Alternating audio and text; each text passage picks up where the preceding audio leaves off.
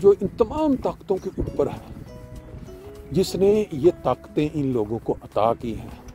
جس دن انسان اس دنیا میں آتا ہے نا، خواہ وہ کسی امیر زادے کے گھر پیدا ہو یا غریب، ایک ہی کنڈیشن ہوتی ہے اس کی دنیا میں آ کے. تو اس ڈاکٹر کہتے ہیں کہ اگر اس کی رونے کی آواز آئے گی تو وہ صحت کی علامت ہے. یعنی وہ جو دنیا میں نیا بچہ آیا ہے، وہ جب آ کے اس دنیا میں سانس لیتا ہے. بعض جو شاعر ہیں، یہ جو فلسفی ہوتے ہیں، وہ کہتے ہیں کہ انسان جو ہے جب اس دنیا میں آتا ہے نا، تو وہ کیوں روتا ہے؟ وہ روتا اس لیے ہے کہ میں اس گناہ گار دنیا میں آ گیا.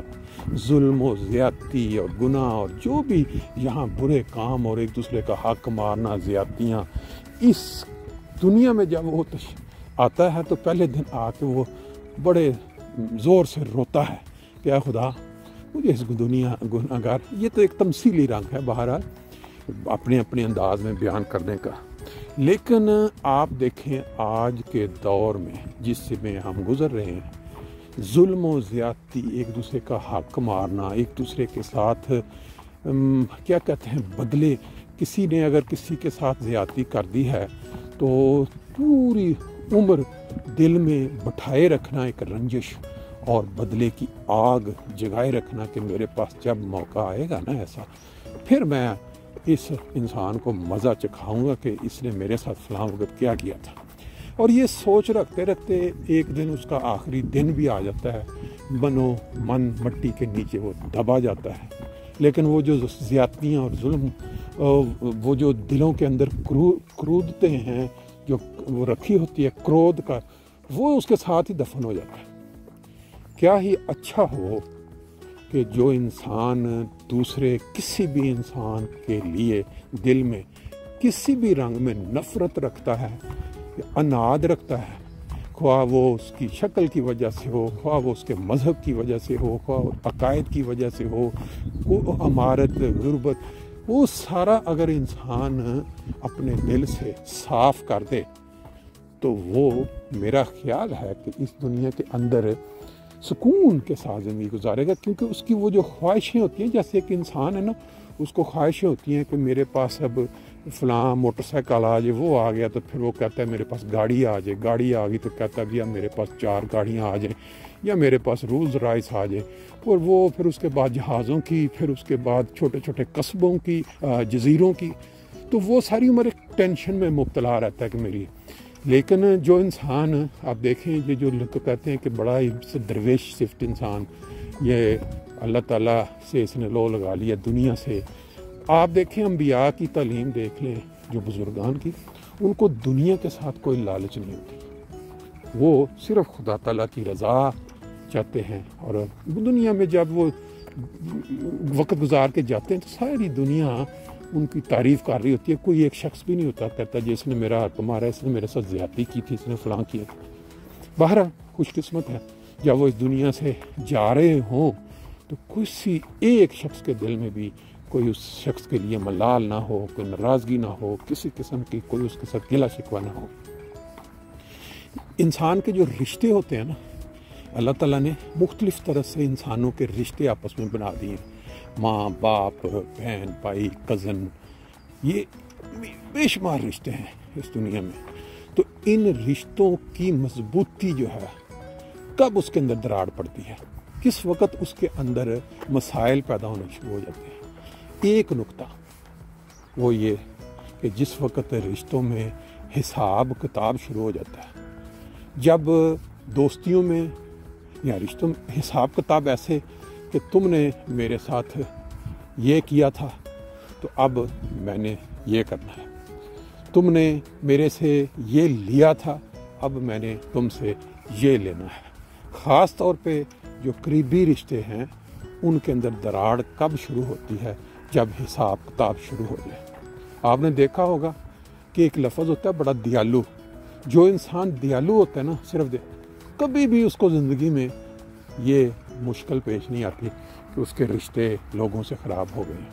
اکثر و بیشتر جو لوگ یہاں سے جب وفات پا کے جاتے ہیں تو ان کی بہترین اچھائیوں میں جو ذکر بعد میں ہوتا ہے وہ یہی ہے کہ انسان بڑا ہی دیالو تھا، کوئی موقع اس نے نہیں جانے دیا کسی غریب نے، کسی امیر نے، کسی دوست نے، کسی جاننے والے نے پکارا ہو اور اس نے اس کی مدد نہ کی ہو، مدد کے لیے وہ نہ آیا، دینے پہ اس کا ہاتھ بہت سخی تھا۔ بہرحال بات بہت لمبی ہو گئی، میں کافی دنوں کے بعد آج آپ کو ان مناظر کے ساتھ ساتھ چند باتیں بھی سنا رہا ہوں۔